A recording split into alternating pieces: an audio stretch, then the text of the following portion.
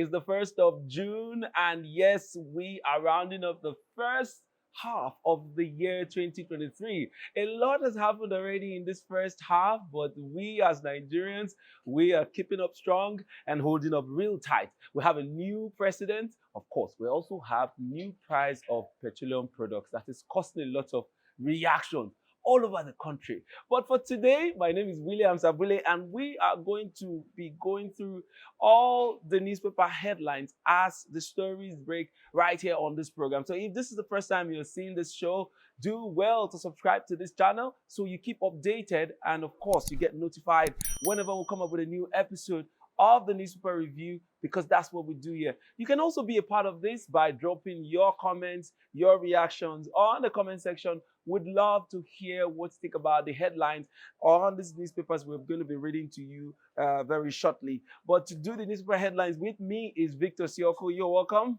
Thank you. Yes. Together we're going to go through these headlines, plus you dropping your comments and your reactions to be a part of this. All right. Without wasting time, let's begin to see what has happened within the last 24 hours as regards all that's been going on. A lot of people shouting about the high price, high cost of fuel in different states. Here in River State, we are buying 511 naira per liter. I bought that this morning. I didn't buy it smiling. I didn't buy it smiling at all. I bought 5,000 naira worth of fuel, and it wasn't even up to 10 liters. My God. And the moment I started driving out of the filling station, I started calculating where I would go to, because now I cannot be driving anyhow. It's only big boys that can be driving anyhow now. So if you're one of us, please calculate your steps. Mind where you're going to before you move. You know? All right, I'm going to start with Vanguard newspaper for today. The very first day, and Happy New Month to you. I forgot to say that from the beginning. Happy New Month to you, Victor. Thank God we made it. Yes. In this whole drama in Nigeria, thank God we made it. All right, so we'll begin with Vanguard newspaper for today, the 1st of June 2023. And on Vanguard here, we have as headline from the beginning: stock market investment sentiment softened to 0.06%. We find that story on page 19 of the Vanguard newspaper. We also see here, bandits kill vigilante leader, 17 orders in Zamfara. All right.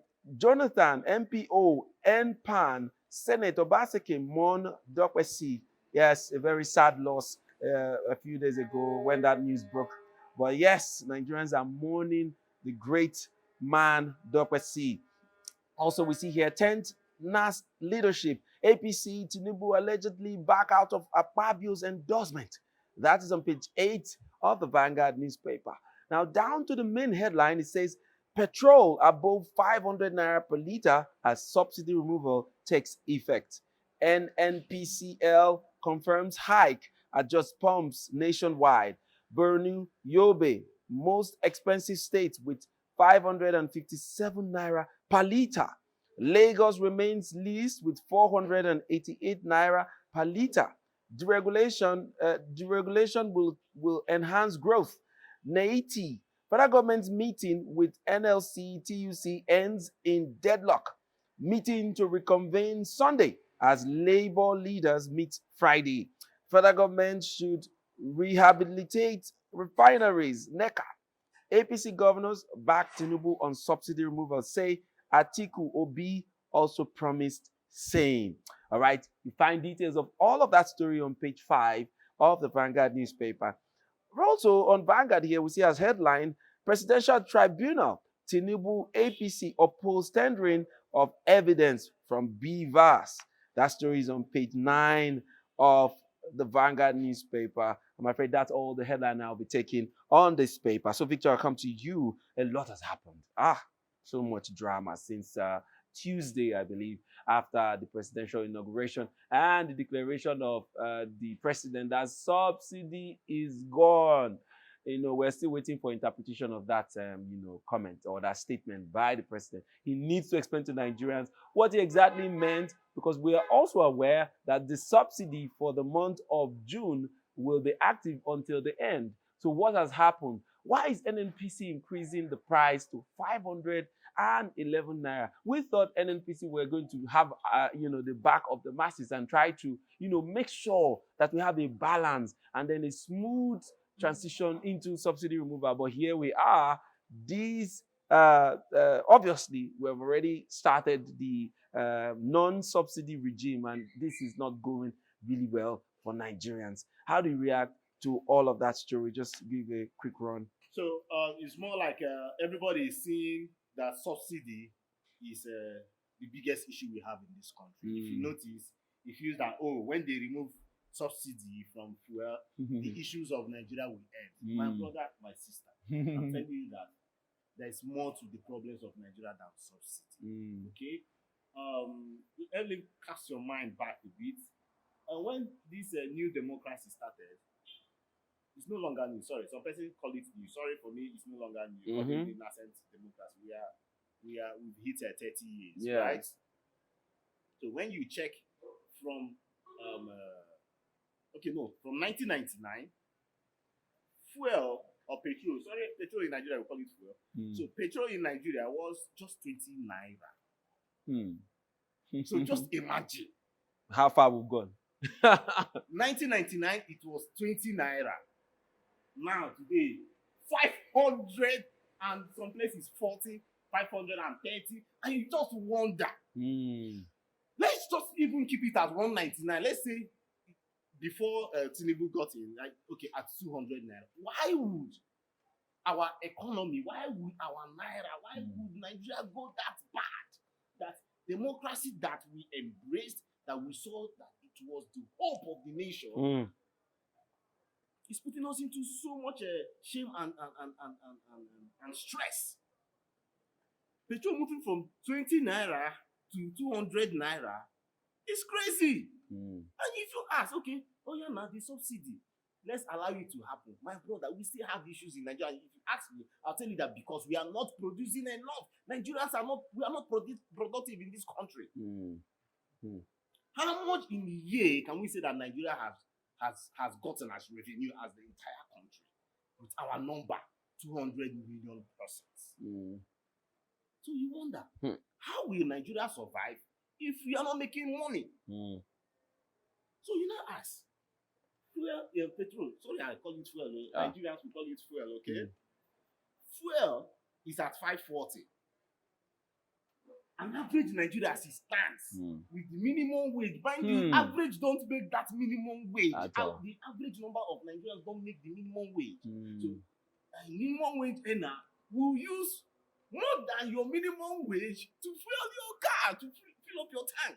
We're not talking about the countless generators. Oh my God. Because the power sector in Nigeria is in shambles. So a lot of businesses, a lot of households survive on generators to get power. So let's just say it as it is. Nigerian economy is fuel-based or petrol-based. It's a petrol-based economy. Everything about our economy is hanging around petrol. So once something happens to the price of petrol, it affects every other thing. So I don't know why this government has been or suddenly became so insensitive as to go about subsidy removal the way they have done. This is not just about this government. Mind you, since 1999, we've been having government upon government trying to remove it. But we've seen that they are failures. Okay? No matter even at 200 naira, it still does not stop the issues that we are talking about. We still have cost of governance. Yeah. We still have even the refinery. Just imagine that. Hey, we are just looking at these things like it's rocket science elsewhere in the world. Just look at our refineries. Had even our refineries were fully functional, we won't be talking about this. True. We won't be talking about the price of fuel hitting 500 and something naira. Okay, why am I even saying? Okay, let me make some analysis with other countries. Okay, for instance, we have in the world, actually, the cheapest petrol, the country that sells the cheapest is Venezuela. But yes, we know the issues with Venezuela. In as much as we say, they are just selling at low. Yes, they have the highest, more like the highest reserve when you factor it with the number of persons in the country, that's their population. They have the highest reserve, and yes, they kept it at that price. But yes, we still know that they have their leadership issues. which is not even far from Nigeria issues. Yeah. Okay, but if you now go down to, let's say, oh, I don't like using the USA because we know the USA are like the US is like, they are like God, they are like Jesus. Sorry, I don't know. Maybe I'm not. Why am I going that? Because you find out that their system works. Oh my. So Okay. they perfected their Even system. okay, Yeah. can I even tell you that the US, even with they still have their reserves, but they still buy fuel outside their country. Well, that's another topic. If I let me not break it so that we might not have all the whole time to discuss it. But what am I trying to say? That at this rate that we are now buying, okay, if you still go to other clients that they are not even producing, they don't have these products, they still buy. You find out that even if they are buying at a higher rate, you check their economies, they are doing well in other factors. But you cannot be expecting a Nigerian that earns 30,000 naira. How will you fuel your car? Now, that tells you that, see, if they want to sustain this fuel subsidy as a matter of urgency, they need to look back at the minimum wage. Everybody needs a pay rise. Right now, we do. Everybody does need. Or the country will just shut down. Because look, just like I was saying, that as of today, people have started buying fuel at this very, exorbitant rate. Yet the money they receive as salary are still the same. So for someone that earns 20,000 naira at the end of the month, and he has this little I pass my neighbor generator, for people watching from other climes, I pass my neighbor generator is a small generator, very portable for just a small apartment. So, well, you have that you can fill with 4 liters, 5 liters, and then you, in a month, you have many other bills to pay, but within a week or two, you're buying fuel of 2,500 naira for maybe 2 days interval. How can you sustain that?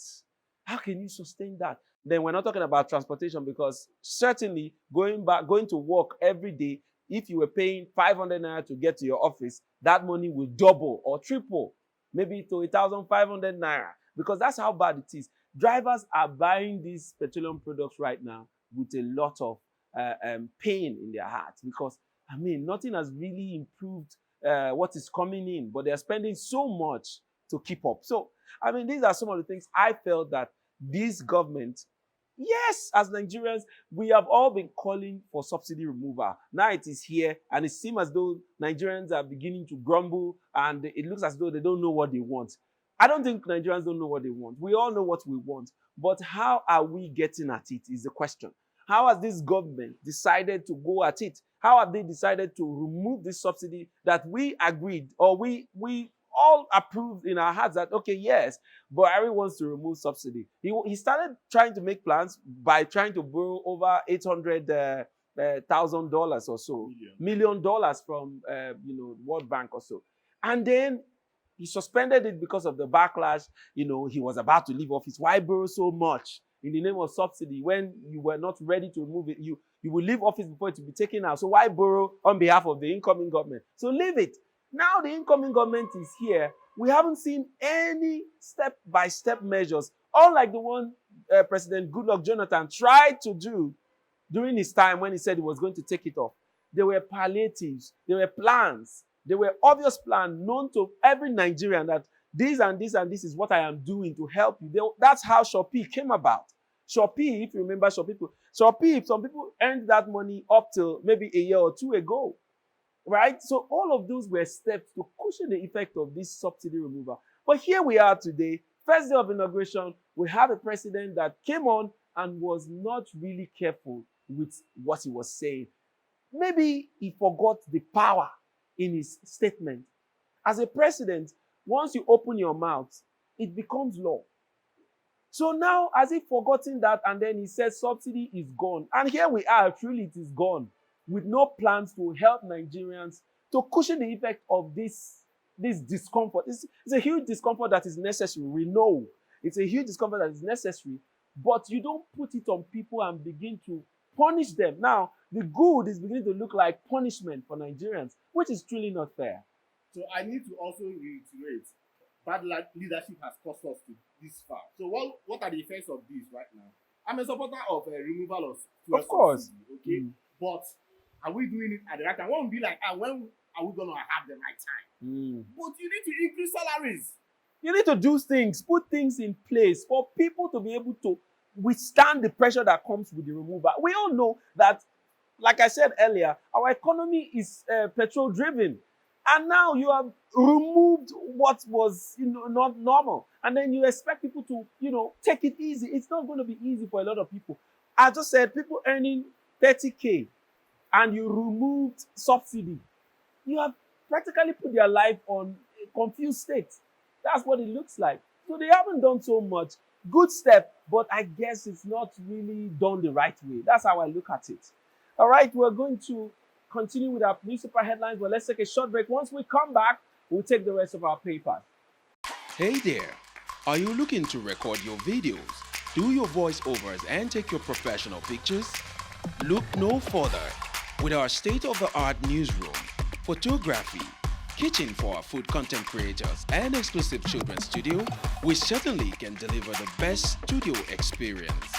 Our carefully designed studio space can bring your diverse creative content ideas to life. We aim to consistently serve value to our customers far and wide. Come, let Tharv Media give life to your dreams. Tharv Media, a slice of infotainment. All right, you're welcome back from that short break, and I want to thank you so much for staying with us right here on the program, The Newspaper Review. Don't forget, you're also part of this program. Please do drop your comments and your reactions in the comment section because we really love to hear what you think about these headlines myself and Victor have been going through. All right, we're going to go to our next papers right now, and that will be the Guardian newspaper for today, the 1st of June. 2023. And on The Guardian here we have as headline, 26% of Nigerians financially literate as Botswana leads Africa. All right. Other headlines here says, OT suspends levies on transport operators in Abia. Page 6 is where you find details of that story. We also see up there, resetting Nigeria's foreign policy to be giant of Africa again. Page 4 is where you will get details of that story. Now to the main headline here. It says, fuel subsidy removal poses about $800 million palliative. Labor's next move as Nigerians brace for higher inflation. I'll take that again. Fuel subsidy removal poses about $800 million palliative. Labor's next move as Nigerians brace for higher inflation. Page 6 is where you find details of that story. We also see a graphical representation of how petrol prices started back then in 1999 up till date. From 20 naira, it rose all the way to 488 naira with a lot of question marks behind that 488 naira figure. I'm sure Nigerians are wondering what has happened to them, waking up to the new reality. All right, now to other headlines still here on The Guardian, we see no work, no pay. Falana sues federal government over alleged unfair treatment of ASU members. Lastly, I'll take this one. Panic in Lagos community over fuel leakage, broken pipeline. That's all the headline will be taken from The Guardian newspaper. That very last headline make me wonder what will be happening if that is really true, that there is panic in Lagos community over fuel leakage, broken pipeline. Your guess is as good as mine. A lot of people are ready to die trying to steal that product that is gold at this time. So if that is really true, please, the necessary authorities should move into action and take charge of that situation, because we know what next will happen. We don't want that kind of news anytime soon. We have a lot on our tables already, and that is what we should be dealing with. We also see about inflation. That is one thing a lot of people have not been talking about. Inflation is about to hit us like never before. And we were somewhere around 22% rate of inflation. Now, we wonder what the figures will be within the next 2 weeks or a few months to come. If this fuel increase remains this way. But well, that's not the story I am going to. I am going to Governor OT of Abia State, the brand new governor of Abia State. He has been doing some things that is worthy of note. And we see here on the Guardian newspaper, it says, OT suspends levies on transport operators in Abia. Wow. Just a few days after inauguration, he has started working. Not just him, many other governors. Victor, I'd like you to go over OT's, little actions and some other actions by other state governors, including ours in River State. Okay. Okay.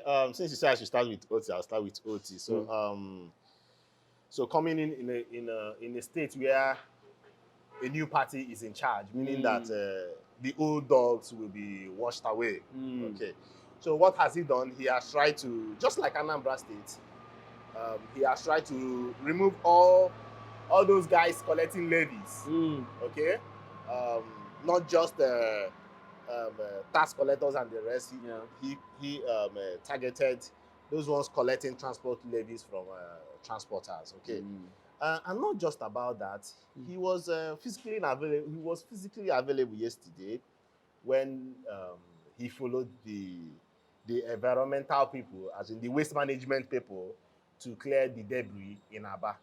So, and if you notice, for the past few weeks, Aba became so dirty. Not that we know that Aba is a dirty town, but due to the change of government, found out that the past 1 month, it was more like they were not working. The people responsible for the cleaning stopped working. So he was present, and also to tell the people that he has declared a state of emergency with respect to waste in the city.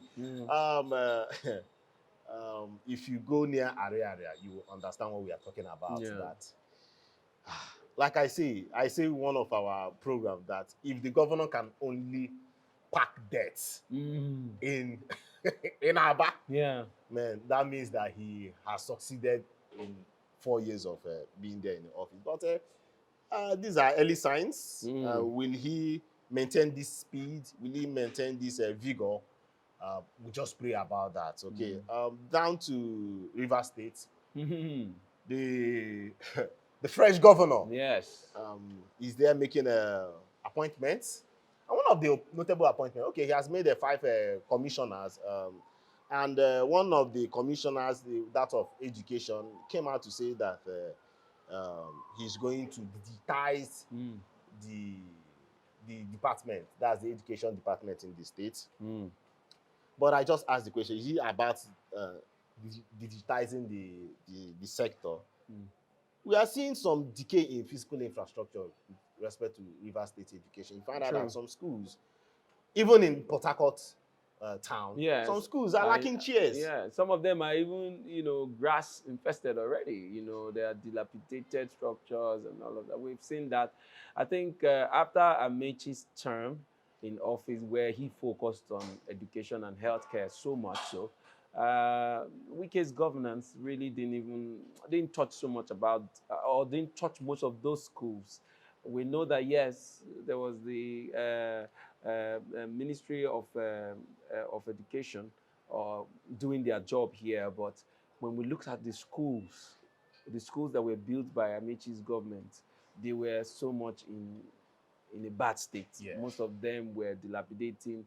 There were no new chairs. They were a glory of their past. Like they were not looking, the shadow of their past. I mean, they were not looking like what they used to be at all. That clearly spoke to us that he didn't really do much about education in the state. So let me also tell you, this is personal though, but I noticed something that an 8-year-old child in a public school cannot even read a sentence.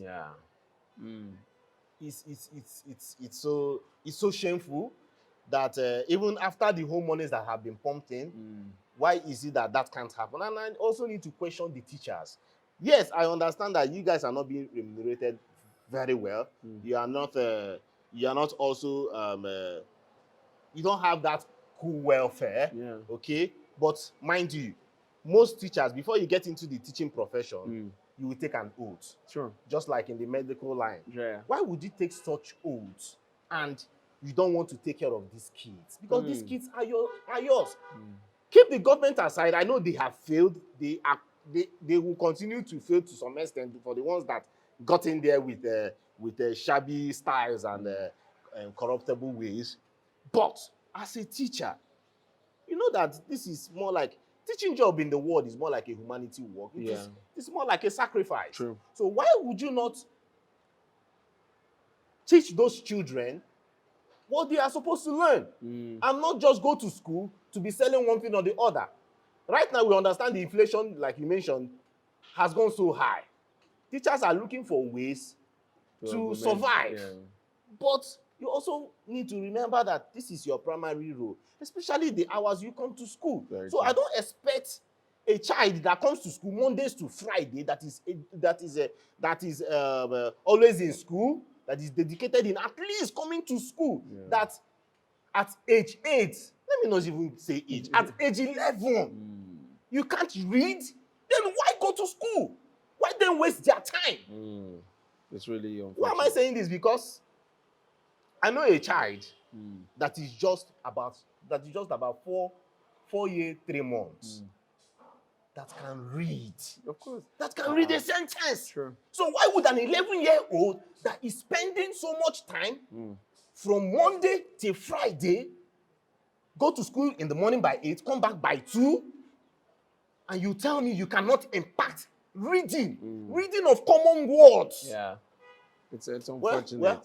Sorry, I've diverted. Yeah, Okay, that's I've fine. diverted. But that's I'm for sorry about River that. State. Yeah. You know, we have the governor appointing commissioners. He has appointed 5 commissioners so far, and also is it chief of staff also, and Commissioner of Labor.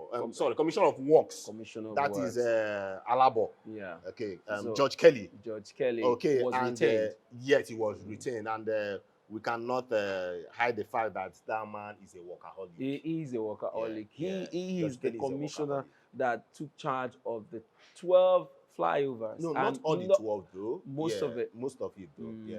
He did so much work, not just only the flyovers. Most of the projects that the former governor Wike had to embark on, George Kelly was at the forefront of that success. And I need to say something. It's also good, and as much as one might say, it's also good that you are a commissioner in a field that you have experience with. True. Not that of is it Adamu of Minister of Adamu that has no education background, and you are Minister of Education, and they just carry you and just drop you there, and at the end of the day, you don't even have will I say, good track record in administrative duties. Yeah. I need to say that, and at the end of the day, we've seen what happened nationwide in education. We've seen how Nigerians are doing badly.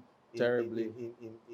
In the world as a whole. Lastly, I need to make mention of Ebonyi State. Okay. I need to make mention even in Enugu. So you find out that most of these eastern states, that as soon as they came in, they froze all accounts.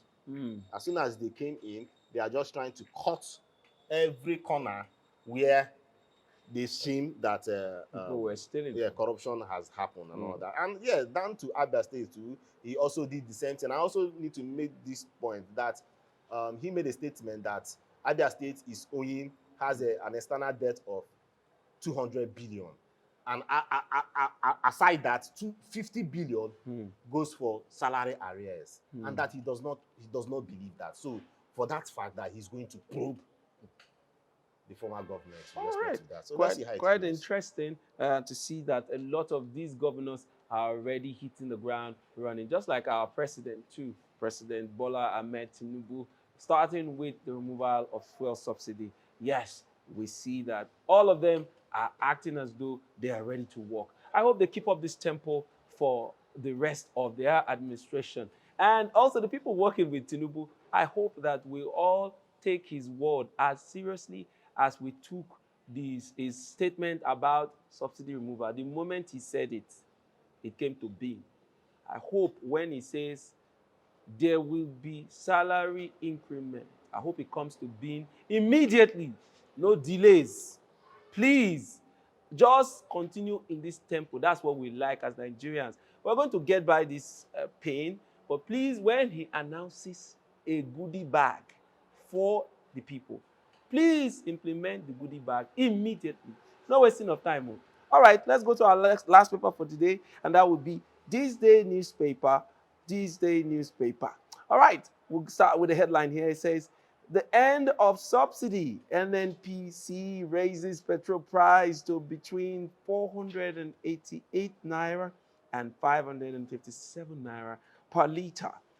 Workers insist on status quo as federal government NLC meeting is deadlocked. You can't ask partner to negotiate at gunpoint, says Ajero. All right. Huriwa condemns upward review of pump prices. NECA cautions against escalation of inflation. All right, we'll move on to other headline here. It says, Access Bank targets Nigeria's $4 billion trade with France, launches business desk. That story is on page 47 of this day newspaper. PDP has right to suspend, expel you.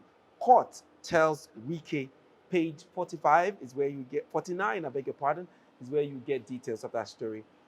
Adhere to our party's manifesto. Adamu urges APC governors. Explain time of subsidy removal will be challenging to them. Uzodinma emerges PGF chair, says all presidential candidates promised to remove subsidy. We understand that all of them promised to remove subsidy. Obi did, what's his name? Atiku did. But I don't think any one of these presidents wanted to do it the way it has been done now. But all the same, the important thing is that subsidy is removed. We move. All right, to the main headline now on this day. It says here, Tinubu, we are ready for businesses, for business partnership with willing nations. I'll take that again. Tinubu, we are ready for business partnership with willing nations. Says Nigeria will remain non-aligned. China pledges increased economic cooperations with Nigeria. EFCC chair meets president, briefs him on state of anti-graft war. All right, that's all the headline we'll be taking on this day newspaper. What do you think about the main headline, which is talking about we are ready for business partnership with willing nations? Like we said, all of both the president and governors have hit the ground running. This is another move by the president to begin diplomatic relationships and open arms to foreign investors that are willing to move into Nigeria. Now, let's not also forget that after the presidential inaugural speech, our stock market gained a lot. It rose by value. So that's something to also take note of. That yes, this new government, of course, will come with a lot of interest from the international community. And now he's saying, my hands are open, ready to embrace people that are ready to come in. What's your take, General? I wish I can have enough time, but no, yes, we don't have so much time. But yes, Kosi, that's our historian in the house. We do a whole lot of justice with this topic. So, foreign relation, very key. Yes, very key. Forget that we are talking about oil subsidy, talking about small issues. Yeah. This is mega. Mr. Bule, in 1960, you find out that foreign relations, in 1967, during the Biafran War, you find out that foreign relations really did a big deal, both for the Biafran side and the Nigerian side. True. Okay? East Germany was for Nigeria, Israel was for Biafra, Israel was also for Nigeria. Yeah, they changed their minds along the way, and that really played a major part in the war. Okay, down the line, each government with its relation. But I think there'll be some changes this time around. If you notice, before Tinubu was sworn in, he was making trip in France. Yeah. So I think, and I strongly think, that there will be some deviation from the UK down to France. Okay. But I need to make this point. The relation has to be something that will benefit Nigeria. Of course. And not like the Hajj. The Hajj that we are wasting our resources in this country. Okay, when we say, because you did not, I'm not part of it, I've not been opportuned to go for Hajj or to go for pilgrimage in Israel. Why then cut that crap? If you want to go for tourist attraction, bring out your money and pay. Don't use taxpayers' monies to make these trips. We sponsor Because people. when you say, this guy, are you not a Christian? See, religion, we know that it is not even doing us good in this country. Okay, so please, President Tinubu, I know, yes, we want to please some persons. Okay? But please, we are wasting money. It is still part of this thing. Like we are saying, if you are removing fuel subsidy, which we know that is chunk of that money is waste because some persons out there are stealing the money. Same thing is happening with this pilgrimages, this Hajj and the rest. Okay? So, for Israel, for Saudi Arabia, if we are to send our people for Hajj, please, you need to even send back your own people. We have Benin, we have Edo, we have tourists, we have Cross River, we have Taraba Places State, to go, very places for these interesting people places. to go. Yeah. Okay, so they should not be talking about security or no security. There are some places that are very safe. Very Nothing will true. happen to you. True. So do me, I do you. That's what should happen with the relations. Okay. Now, in terms of we know that Nigeria and the United Kingdom, we have a relation. When it comes to education, well, you cannot say we need to do me, I do you there because our universities are not functioning. So, but there are also ways to this. Yes, we still have an oil relationship with them, with the United States. Oh, military, which is very key. Very key. We have relationship with USA. We need to solidify it. Yes, we know that there are tensions before the swearing in. Okay, but we just also need, because we need these military arsenals. Then to the African nation, Nigeria is the giant of Africa. But when it comes to being powerful, Nigeria is not as powerful as some countries in Africa. Okay? But within us, we need to also solidify our relationship. Just like we know that the Eastern region, that we have our ties with Ghana and Cameroon. True. That is why you see many Igbo guys, they're either in Ghana or they're in Cameroon. For the Northerners, we know that they have Niger and Chad. Yeah. For the Yorubas, that's the Westerners, you know that Benin. Togo and Benin.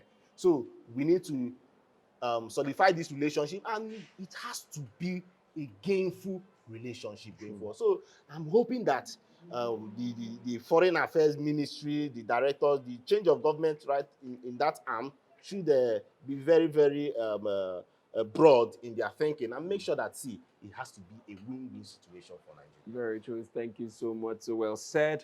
And we are watching our new president. He has hit the ground running, and we hope that all his move will only do one thing, which is going to benefit Nigerians in the long run. Yes, because right now Nigerians are really not smiling. If you've seen most of the interviews out there, they're really not smiling. They're cussing on the president and they're saying all manners of things. But we know that if we're all patient, if we're all, willing to, bear the pain, we want to believe that this, at the end, will benefit every one of us. Well, that's all we'll be taking today here on the Newspaper Review. Thank you so much for staying with us here on the program. Thank you, Victor, for coming through as always. All right, till next time, we'll come your way again. My name is Williams Abule, and this has been the Newspaper Review here on Top TV.